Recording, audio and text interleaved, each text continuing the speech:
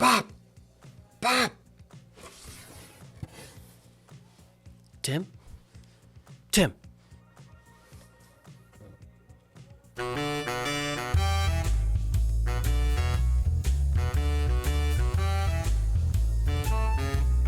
Hey guys, I'm Tim. And I'm Bob. And this is the Board Game Rundown. And today we are going to review Metal Gear Solid, the board game. So this is designed by Emerson Matsuuchi, plays 1 to 4 players, and 60 to 90 minutes, kind of depending on the mission you're doing. Or, what you're trying to do. So in here we've got several different books, right? There's a rule book. There's the campaign book, which is going to vary between 1 and 4 players. There's the codex. So when you come across little things where it tells you, like, you can look stuff up, it's going to have like a reference and you can find some dialogue or maybe some unique things that happen. And then there is the VR missions book. So for our experience, because the first couple of missions in the campaign mode are solo player, and there's 2 of us, we just tried the first VR mission, and I've tried the first VR mission a few times myself. So in the VR missions, for example, if you're playing in the campaign, it's going to tell you which characters are available to you, and like the player count, which player, so on and so forth. VR missions, you can pick any character you want, and you can play 1 to 4. Campaign, it's going to tell you again how many players, depending on up to, and so VR missions, the rules are basically the same. You have a starting area. You're going to build the board according to the map, right? So you're going to have different like interact tokens, some locked doors, some locked terminals, some clues that you're trying to get to. There's these big question marks here, which are traps. And what's going to happen is, as you are taking your moves, you're gonna have these action tokens here, and your player board has all your actions broke down on there, and they're pretty straightforward. They're going to tell you most of the characters are pretty straightforward. Tell you what you can do and how you can do. And you've got these 4 action tokens you can spend, and then you also have these focus tokens. You don't start with them in the beginning of the campaign mode, but you do get all of them in the VR missions. And so, you're going to basically assign tokens to the actions you're taking. You take can those do the actions same one multiple times. And you can do the same one as long as you can pay for it. And then there's important things to know, because some actions are noisy, like dragging a body, or dashing, which is moving 2 spaces instead of just 1. And then if you make any noise, you're going to roll one of these white die for each action, each token you have by an action that makes noise. So if I had 2, I roll this, I'm good. But if I roll one of these exclamation points, well, now I've drawn attention to myself. And each character is going to have this 2-sided token. So right now it'd just be the question mark. Like, what's that? Like, so, and that's going to determine sort of the guard movement when we get to that guard phase. So that's important to keep in mind, because you can kind of anticipate how the guards are going to move, but you're only guessing. Because these guard order cards are going to come out, and you're gonna flip one over. You're going to resolve it from top to bottom. This guard order deck, also super important, is your game timer. So you do not have an infinite amount of time to take these turns. There are 2 levels of cards. There's the green cards, which will start on the top, and then you get down into that red deck. The red deck has 7 cards, and you are going to basically shuffle that game over card in there, and that's going to be somewhere in those. So once you get to that red deck in that guard order deck, once you start getting to those red cards, the game could end at any moment. Any moment. This guard order card, you're going to flip it over, and it's going to ask you a few things. So start, if there's 3 dead bodies on the board, right? So we've got 2, so we're cool. But if there was a third one, we would reveal this guard order card. We don't do anything with it, and then we put it at the bottom of the deck, basically losing a turn. Then here, it checks the cameras. So if there was cameras on the board, it switches to which side is active. So the camera's got sort of a green side and an orange side, and that is going to determine that camera's line of sight. And then at the bottom, we get down to the part that's going to kill you. Yes, over and over again. So if there is a question mark token, the closest guard is going to move in that direction, in the shortest path. If there is an exclamation point token, the guards are all going to move that number of spaces, in this case 4, in the shortest path to where that token is, whether it's underneath you or at a different spot on the map. If there's none of that going on, that guard is just going to patrol for 3 spaces, and then if he has to turn or ends facing a wall, he is going to try to turn right. So if he ends in a wall and he's in this corner, he's going to turn right. He's going to turn right until he can face an open space. The guards will always end their movement facing an open space. So this is the tough part. If a guard gets to one of these tokens that's on the board and you're not there, you're going to draw a guard reaction deck, and that's going to tell you what they do. They will react accordingly. A lot of times it's just pulling that token off the board, or if there's an unconscious guard, you wake them up. This is just one variation of these cards. They can have different things. Maybe the camera doesn't move. Maybe there's a guard check. If a walkie-talkie icon comes out, you check that active zone. So that's any zone where you have figures or your square character tokens. If they're on a zone, that zone is active. And then you will resolve that guard order card. You will play that guard order card for all the zones, right? Active zones. So if you get that walkie-talkie, that most of what we've seen, the guard count is 3, right? So if there's less than 3 guards active on the board, you're going to spawn a new guard on that walkie-talkie space. So, right now, all of our boards only have 3 guards, but if this guy was knocked out, we could, in theory, spawn a 3rd guard, and then somebody finds that knocked out guard, and now we've got 4 guards. You know what I mean? Because that knocked out guard, they wake up. Oh, I thought it was only for the dead guards. If he's knocked out, it doesn't count as, or is it? No, I mean, usually it's like knocked out, spawn a guard in this place. Well, let's remove the unconscious thing and spawn a new one, not the walkie-talkie. That was different. You're right, but I'm saying in theory, you could. That's how you would get an extra guard. I see. Like up, you know what I mean? Because if this dude was unconscious, something came up where he spawns, and then they woke and then somebody finds it. Well, now you've got 4 guards on that, so it gets even hairier, like really fast. It's already pretty hairy. Yeah. So basically, that's what you're going to do. Is you're gonna take all your actions and you're going to resolve a guard card, and then you're going to take all your actions. You're going to resolve a guard card. Other actions can be like hacking terminals and things like that. There's all kinds of rules for that. And then there's also interacting with locked doors. So you're going to try to get into these areas and do stuff. If the guard sees you, they will roll dice if they have line of sight of you. In the version we played, the guards have a default of 2 black dice.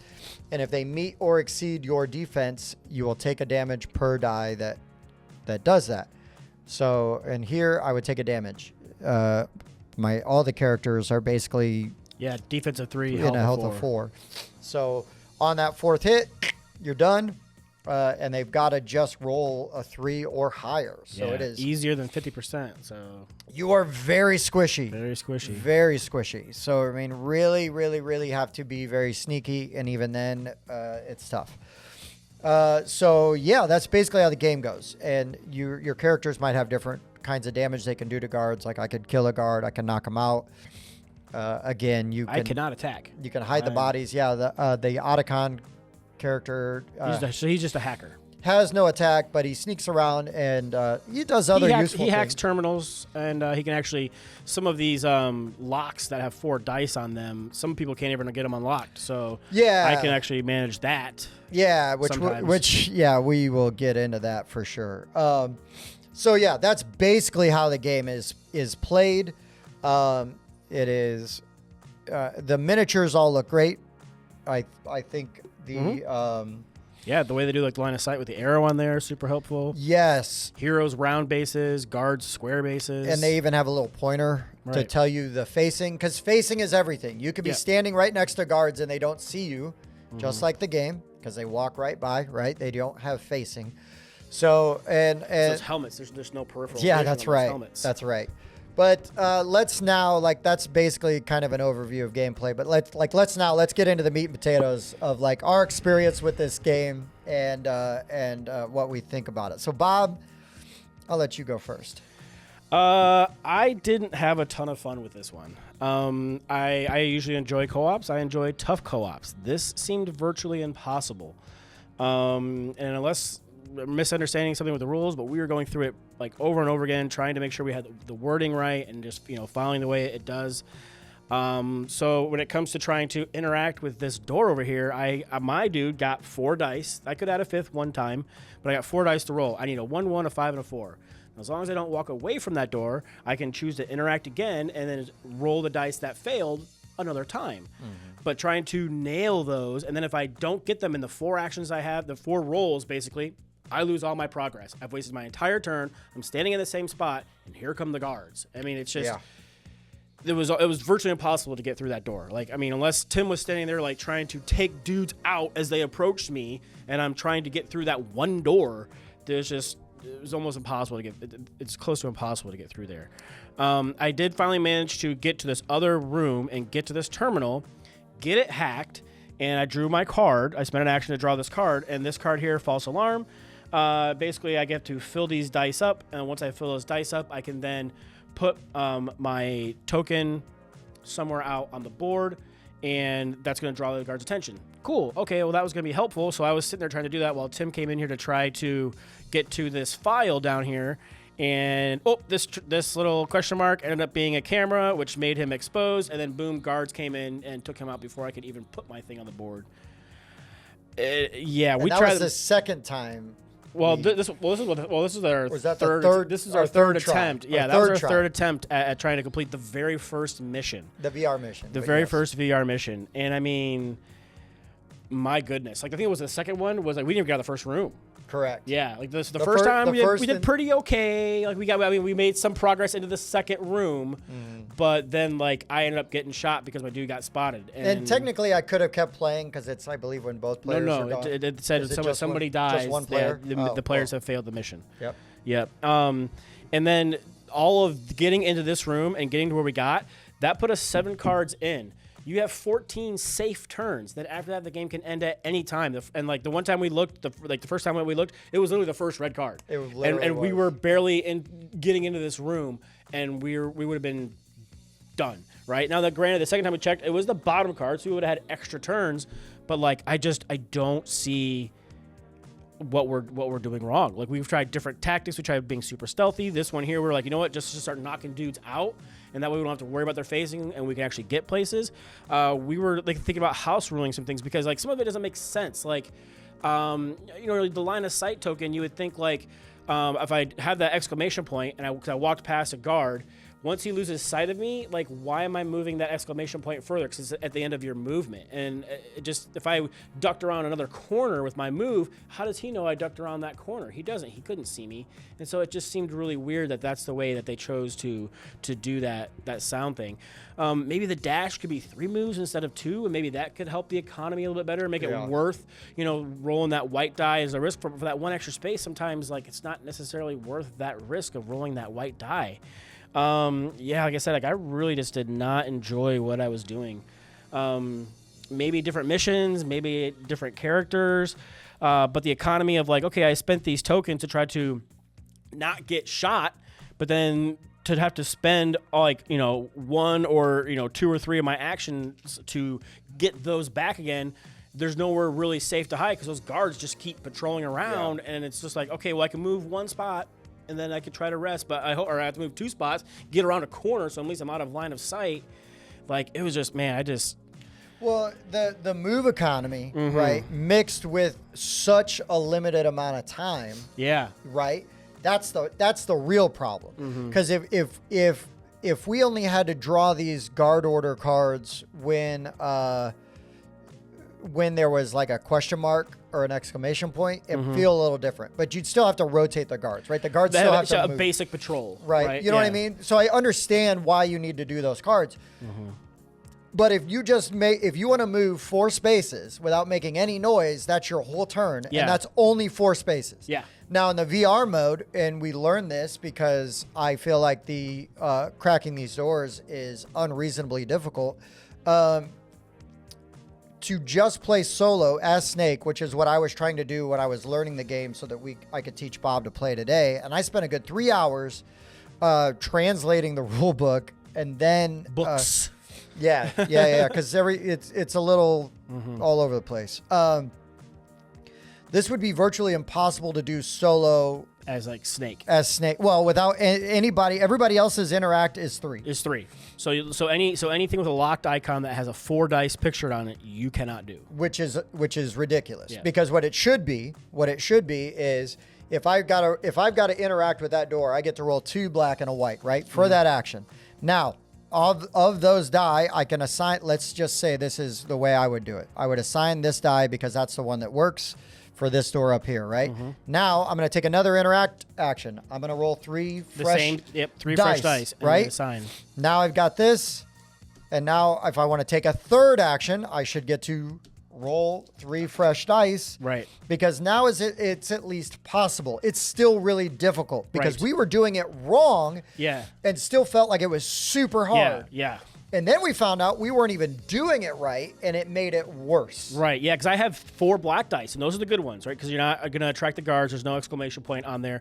Because my guy does is like, I literally cannot attack. I am a hacker. So it's like, okay, I'm rolling these dice. I assigned 2 of them. I'm going to try to hack again. Like I was rolling 4 fresh dice and leaving those 2 there because that's how it would make sense to us. Oh no, that's not right. You needed to just roll. You have 2 dice locked. You're going to roll those 2 more dice. So I'm spending all of my actions trying to unlock this door, rolling 1 die, and then I didn't get it out of 4 rolls. I lose all progress on that door because my turn is over. Right. No, it's dumb. I don't like it. Yeah. No, it's tough. Yeah. It's really tough. And so like it was very disappointing to find out, like, okay, like, because for Snake, for example, if you're going to do this solo VR mission, you know, you've got to find 2 clues. You got to get to 2 clues, which are these guys, and get out in up to 21 turns, but maybe 15. Right. So between the moving, which is because even if you dash and potentially make move, that's only 2 moves, right? So I could move up to 8 spaces. 12, 13, 14, 15, 16, 17, 18, 19, 20, 21. So it takes you 21 moves, no shenanigans, 21 moves to get to the first thing available. Right. Well, I guess you could go over here. Okay, but so you're maybe still setting off a few less. Yeah, but either way, you're going to set off one of these like question mark things, which is going to be that one was nothing. Lasers, cameras, alarms, things like that. And it may be a dud. And then it may be a dud. And then, okay, well, now you got to get to the other, 2 different ones. And so because 20 turns, 4 actions. I mean, that's not very many moves. I mean, and Yeah. then you're rolling those white dice over and over and over again because you might be making noise because you're moving too fast. And, not to mention that those guards are moving around and you got to avoid them. And because of the way the rules are, and Snake he doesn't even roll enough dice to open. No other character other than Otacon can open this door. Yeah. None of the He's other the only characters. one with 4 dice. All the other ones roll 3. He's the only one. So in theory, like Bob was playing Otacon, he could have come over here and opened this door, and then I would have been able to move through it. But so I could open this door potentially, and there was one other door I could open, I think. But maybe not. Maybe there was the only one. No, that's it. So I could open one door to get to this clue, and then these clues weren't bugged. There's nothing in the way of those. There's nothing in the way, but they're traps around. But then you have to come them. all the way back around here to get out. But I still got to go all the way back around to get out. I got to get all the way in there and then get all the way out, which is unreasonably difficult given the move economy of the game. And then, you've got 4 different characters, and some of their abilities are pretty asymmetrical with like what they can do and whatnot. But then everyone has 3 equipment, 3 defense, 4 health. It's like, why wouldn't Snake maybe have 4 defense? He's got body armor on, something like that, or give him an extra health. Why does my nerd dude have the same amount of health as Snake over here? Why isn't one character a little faster?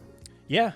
Yeah, give somebody, this guy moves to base, like this the sneaky dude or something like that. Yeah, the gray fox, like the ninja. Yeah. So he can move 2 spaces with a base move, and then you make it the dashes, 3 moves, Yeah. And then that actually helps, the movement economy. Yeah, if I were to play this again, I would definitely want to house rule some stuff. Like, I guess maybe be better, I guess, but I really don't see, how the economy can work out. Like, if it's just, man. Well, I had such a hard time with the other thing, right? And again, not talking about the campaign mode, Yeah, talking this is about the VR. Because the other thing is you can make the VR mode more difficult by taking one of the Put a soldiers, boss. and it tells you which one to take out. You take out one of the soldiers, and you put a boss there, and then you get the VR version of the boss. Holy crap! Yeah. Like, we haven't even fought a boss yet. No. And we were just going up against regular base soldiers, dudes, yeah. the base guys, and it is super freaking hard. Too hard. Too hard. I love playing difficult co-ops. I love playing co-ops with Bob because we're good at them, and it feels really good when we solve the challenging ones.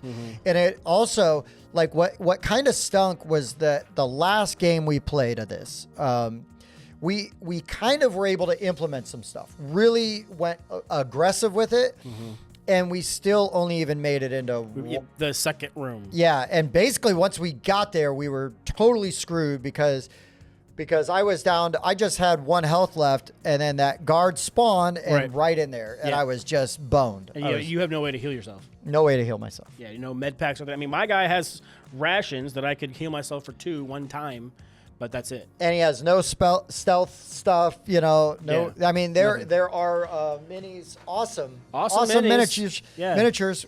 But in the campaign mode, there you can get that cardboard box. Yeah. And walk around and hide, which is fantastic. Yeah. I mean, and I love the slavish devotion to the IP. This was definitely a video game that I absolutely loved and played the crap out of. On PlayStation, man, this game was so damn good. It was hard, but I did beat it. It was beatable. You could still win. I feel like these VR missions, I mean, unless you're playing with 4 players. Yeah, I mean, maybe that's the key. Maybe we need to, take a full range of characters in there so we can actually take dudes out, keep dudes unconscious so they're not constantly like, just have one person standing there and if somebody guard wakes up, punch him, knock him back out again. I mean, because and again, one of the things I did enjoy, right, was that we were sneaking around and then Bob's character got found. Yep. So then what I immediately did on the next round was went in, took that dude out, and then another dude basically right by him. So it was like bing, bang, boom, and now the other guard was far enough away that we had time to sneak. That part felt really good. We're doing a plan. Yeah. But then it's so random, and you never know, like, these guards, when they hit and they're going to turn, and again, the movement economy, you don't have enough movement to get yourself in like guaranteed safe places. And like you're saying, the randomness of it, because when you're playing the game, you can kind of sit there and watch the guards' movements, right? And then okay, he's going that way. Now's my chance to go. You have no idea if they're turning left, turning right, or what they're doing, and that makes it so difficult to gauge what you should do next. And it's I think if you had the randomness of like rolling that die, like, oh, I made a noise. I mean, no, I get that. I don't hate that. Sure, I don't hate it, but yeah. If you could move further. But for 2 spaces. 2 spaces, is it worth it? Well, I guess it has to be, because you don't have enough time. Turns. Yeah. And this was like a long one. I mean, in that first campaign mission, I mean, now it's a way smaller map, but it's like one tile. You get 10 of the blue cards and 7, so potentially 11 turns. You said 10 of the blue and then 7? It's 17. The 7 red. Yeah, 7 red, 10 blue, potentially 11 turns. Oh, yeah, 11 to 17. 11 to 17, right? Still, though. For one room. This was 14. Yeah. So 3 more turns for 2 more rooms? Come on. Yeah, it's tough. Yeah. It's tough. Now, again, if I will give my rating and my opinions all with the caveat that we played it as we understood it. And this is a game where I'm still going to go through and do some solo stuff because I really want to try to explore this and feel it out more. But we're going off of trying to play the VR mission 5 times yesterday, and Bob and I playing it 3 times today. Some other things I want to comment on really quick. The rule book is not great. There's lots of things that aren't very clear. It's not always in an amazing order. And I was watching videos last night now I finally understand really how that card works. And I was doing it mostly right, but the iconography is not always the cleanest, and some of it is legitimately in the wrong order. Yeah. There is a printing error on the Otacon character, Which right? happens. Yep, yeah. It has an X on there. It should just be a 1. Right. We had to go to BGG just to confirm. Figure that out. I was like, why do I have to pay more to like do a normal door interaction? That's so weird. But Right. Yeah, I mean, it was yours a is misprint. better, but it's still like, wait a minute. Yeah. Like, what does that mean? Yeah. And then another thing too is like, there's a lot of things where it talks about like active room. You know, when you have keywords, bold them. Give definitions, have a glossary somewhere where you can see what that means. I found it in a small sentence, like text somewhere, where it talked about what an active room actually means. It wasn't bold or anything. It was just I happened to see it as I was glancing through the rule book. But it's like I don't understand why, if you are referencing key terms and on different cards and different situations and things like that, why is that not called out in a definition somewhere? Why is there not like a glossary or something? Like even if it's not the table of contents, make a glossary of key terms. You know. And another sort of flaw of this game, and it's because here's the thing: is the campaign mode is designed to sort of teach you the game and it ramps up, but they don't tell you that. They don't say, "Oh, play the first mission." All the rules, there are rules that I found in the campaign mode book that I had to go and like just because I was like looking everywhere trying to find answers and stuff that is not very clear in here. Because in the campaign mode, it tries to ramp up on like how to teach you. Teach you new rules as you're going. You know, I don't have a problem. I think it's awesome they give you VR missions. And I will also tell you it's awesome because when you complete a VR stage, you're going to unlock an extra equipment card you're going to have access to. Very cool. Super cool. And like extra things you can do, right? If you beat bosses, you get to unlock extra equipment cards.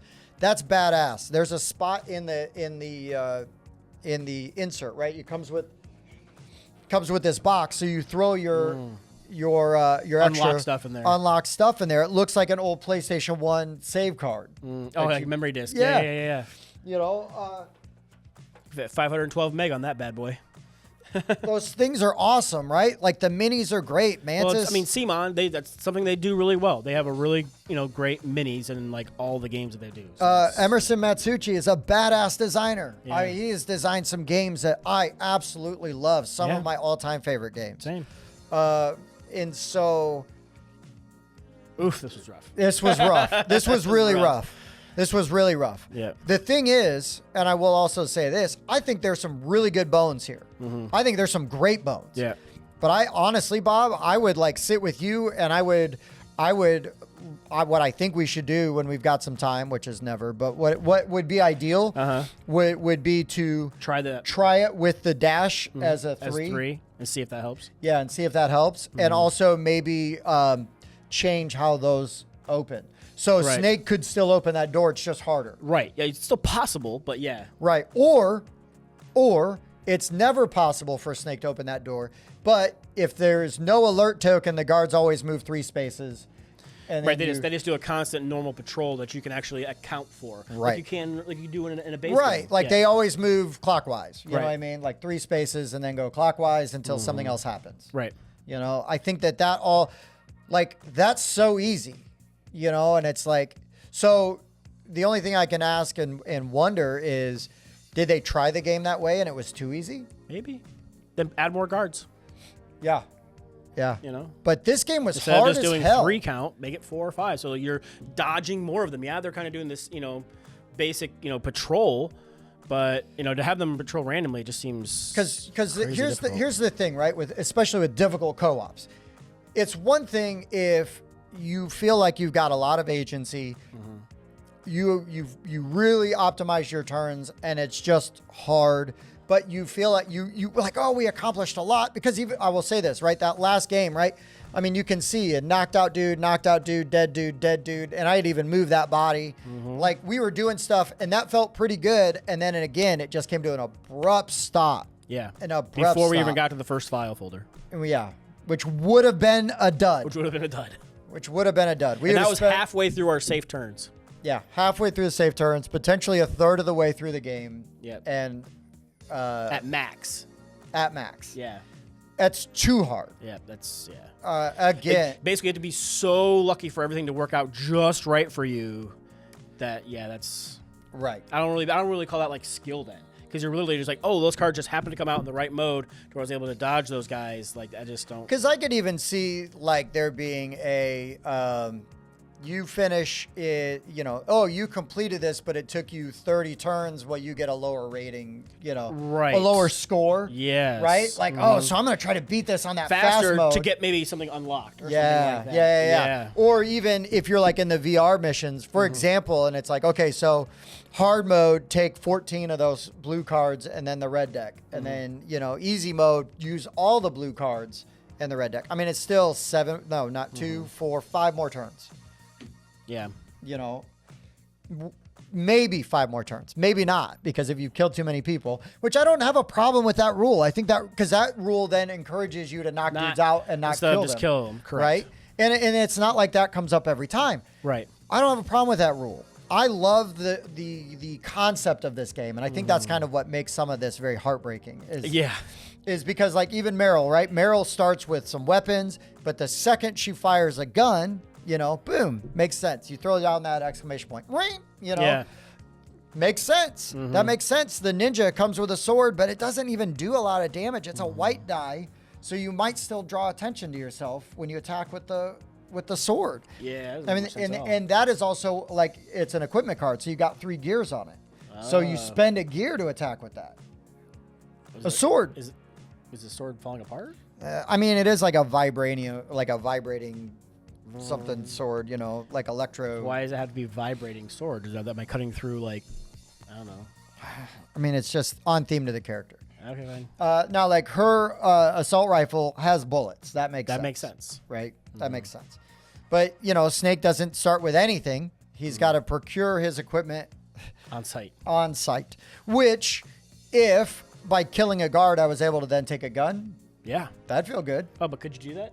No. Not in this mission. Not in this mission. Again, we didn't go ahead to any of the other VR missions, and I figured the first one should have been like, the easier one because you're kind of just trying it out for the first time. Right. And to play a sneaking stage, again, right? Sneaking stage. And we had to go heavy combat even just to get into the second room. Correct. On a sneaking stage. Because the move economy is terrible. Yeah. Right? I mean... Yeah. Because you can't really duck around corners out of move 2. Right. It's too hard. There's some really great bones here. There's some awesome mechanics. The miniatures are great. I love the theme of the game. Right, one of my favorite video games growing up. But also the icons and explanations of like some of these tokens in the rulebook is garbage. I'll just go really quick because I spent a lot of time trying to differentiate the difference between the door tokens and interact tokens. So the door tokens are, and I say this because they're two-sided, so that if you just are gonna, once you've got the door unlocked, or if it's an unlocked door, you've got this interact side, right? And then on the lock side, it's got the lock. That's awesome. That makes sense. On the map setup for the VR, it doesn't have the same iconography for the locked areas. It just has that floor with a padlock. Oh yeah, it doesn't have the dice and stuff. It doesn't have the dice on there. So I am going through every freaking looking for. Well, that one's got a 5 on it. Yeah, that's because that one can only be unlocked. Oh yeah, and that's what threw me off. Yeah, because I'm finding there are those, and then there's. Oof. You see what I mean? Yeah. Because logic dictates that there'd be a 4 somewhere. There would be. Yeah. Wouldn't there? No, you think? You would think. I spent so much time just looking for that frickin' like, did I drop it thing. somewhere? Yeah, and I've been like, I'm going through all the tokens. I'm starting to sweat. Like, did I not? Because I threw out these punch boards. Like, you know what I mean? Yeah. Like, did I miss something? Well, Tim, you're supposed to put the punch boards underneath the insert. I even pulled out the insert just in case I had done that, and I didn't. Because I was going to, but they the box lift with some of the stuff. Okay. With the way the tiles fit in there, I was like, nah, not gonna happen. So, anyways, the rule book stinks, and the gameplay is too hard. To be fun. To be fun. They've got to like ratchet that down. I mean, just a little bit. Something needs to be tweaked to where it could be just more enjoyable. Like you said, either make the basic patrol, like unless there's something else going on, or ease up on the timer, make the moves better. One of those things. Yeah. Yes. Right. You don't even have to do both. Because the fact that we barely dipped our toe into the second room and a third of the way at max. Yeah. Or and then, and that door is going to be like, at least with the computer terminal, Like if I don't move and I'm standing next to it, the dice will stay locked and they stay there. I can roll, not a problem. Like, okay, yeah, it might take me a while hacking that. It's a tough computer. I get it, that's fine. But the keypad that resets every turn. If I don't roll those 4 dice perfectly, I have 3 more times to try to get that. Basically a Yahtzee. I mean, not the same number, but I have to roll those 4 specific numbers with 4 dice. I can do 1 time 5 or maybe a reroll, but like then the economy of trying to spend my actions to refresh these tokens to try to get another door open is just. But we spent 2.5 hours playing this 3 times to get a third of the way through.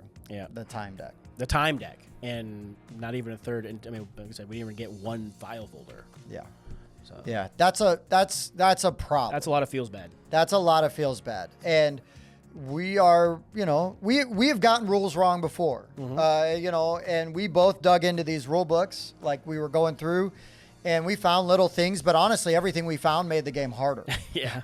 Like we were. Yeah, we played, it should work like this, right? And then so like Tim would be going, I'd be like, well, wait a minute. It's actually not supposed to be that way. Because I did it right the first time. Yeah. And I was like, man, that is tough. And he's like, well, aren't you supposed to roll? Like, okay, well, that makes more sense. So then I rolled and did it the way that, we thought it should work. And then while he went, I went ahead and looked in the book to try to double check, just kind of keep the game moving. Yeah. And I was like, nope, I did it right the first time. And it's supposed to be almost impossible. Yeah. Yeah. It just feels bad. Yeah. It feels really bad. Well, Bob. Yeah. I guess we need to rate this game. Okay. How do we do that at the Board Game Rundown? We're going to give it a score. Won't be a 0, but it could be up to a 10. It won't be a 10. And then we're going to take those scores, average them together, and that'll be the score that you see on like BGG. And if you ask us on Discord, things like that, yeah. Yeah. So again, full disclosure, before we give our ratings, I'll say a couple things. We don't always give a lot of negative reviews on our channel, mostly because that's not what we are about. And it's not fun personally to give games negative reviews, even if it may feel cathartic to like bitch about it. Yeah, just let it out, man. And stuff. Just let it out. But this is Simon. This is a hot game. They'll be okay. We're not gonna hurt Simon. Yeah. Also, want to say, right? Like, there's a lot of CMON games I love. I own so many of them. I own a lot of plastic made by that company. Right.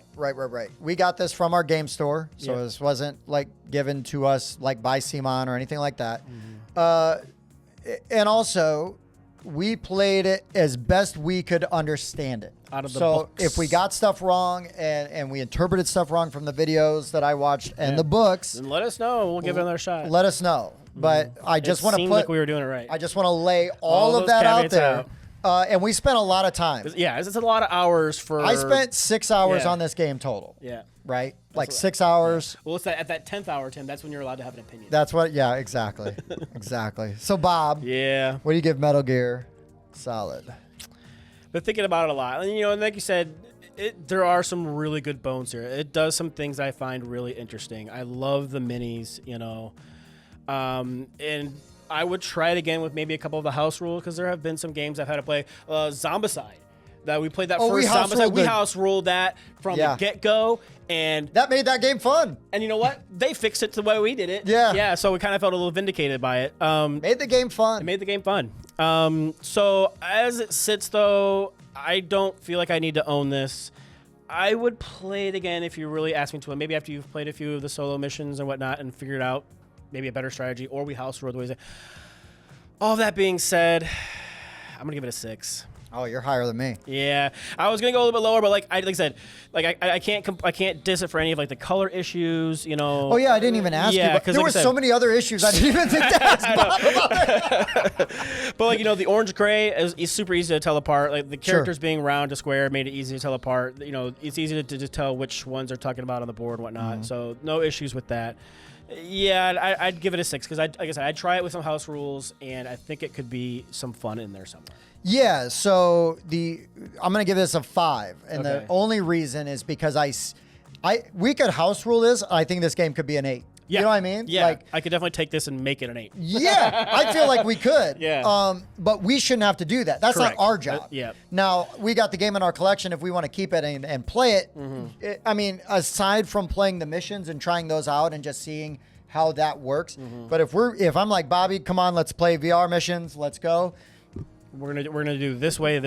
Yeah. And if it's too easy, we'll figure We'll it out. dial it back. Yeah. And we'll dial it back because we don't want it to be too easy. Right. I still want it to be a challenge. I don't want it to be impossible. We ding games for being too easy all the time. Yep. So, yeah, this also was, I was very excited for this and really excited that I was going to get to play it and review it because I didn't back it on Kickstarter or anything like that. And it was such a letdown based on... See, I didn't even see it on Kickstarter. The first time I saw it was sitting out there in the game show. I thought it was cool, you know. But, man, yeah, you know, they really should have made them a little more asymmetrical, too. They should be more asymmetrical. Yeah, with the equipment, defense, at least, yeah. Just those stats. Because they do have some different abilities. Now I feel like my score's too high. Man, it's not too late. We're not done. Nah, I mean, well, I think it's going to be out of 5.5, and I really feel like that's where it should be. Oh, sure. So I guess it is what it is. It is what it is. Ours together, it is a 5.5. Yeah, and that's a bummer. I feel like that's where this game is. It is a bummer. And again, man, if we were doing something wrong, let me know because I want to enjoy this game. Same. We go into every game wanting like I don't try to play a game. You know what? I feel like having a shitty day. Yeah, I'm just ready to hate this. Yeah. You know, not the mentality I go for. No, not at all. Not at all. And again, I really, really tried. I tried so hard, you know, and yeah, hindsight, I should have probably maybe yesterday when I was going by myself. Just played the solo or played the campaign Try mission. to do some of the campaign missions, but I was like, no, the VR one's cool. I want to unlock some stuff. And, right. Yeah. And then the first like 2 games of it that I played by myself, just using one character, I kept dying. And I'm like, okay, well, you know, I don't know, you know, I'll try again. I'll try doing something different. And it just, I couldn't even get playing it solo. I couldn't even get out of the first room. Wow. Solo.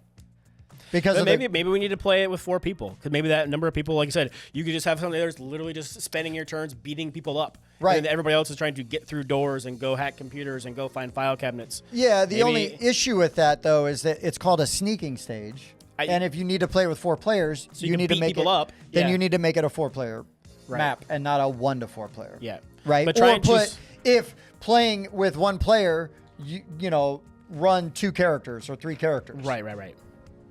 Just saying. Yeah, you ain't wrong. So, with the rulebook issues and things like that. I'd have to experience that. Maybe if I experienced all of that, at least you came in and you had rules to teach me. Yeah. If I had experienced the rulebooks like that, I probably would have started at a lower score. But. Well, I mean, you know how it felt like looking through trying to find stuff, right? So, learn it out. It was not. They're not worded very well in there. Yeah. So what I had done was I had set it all up. I turned on a video, and then kind of like to pay attention to as I was kind of trying to set up. Then I spent so much time struggling with the you know, those tokens and everything. Oh my God, it was a nightmare. Anyways. Okay, guys. We've rambled. We have rambled and ranted and raved, but this game hurt us. And we would. I'm going to show you one of my meeple where it hurt me. Oh, this whole area. This general area right here. This whole area. You died twice. Yeah. And I died the 3rd time. You did. Yep. So, and you died the first game. You died like 2 turns in. Yeah, that was not great. Well, then like this last one too, like it was that first mission or the first I had moved and I was standing there and then the guy came walking down and then turned and faced me. And I was like, well, shit. It was tough. It was tough. All right, guys. Well, thank you for watching. I hope this was helpful. And I'm sorry we didn't have a good experience with this game. I really wish we did. Yeah. For the Board Game Rundown, I've been Tim. Bob. We'll see you next time.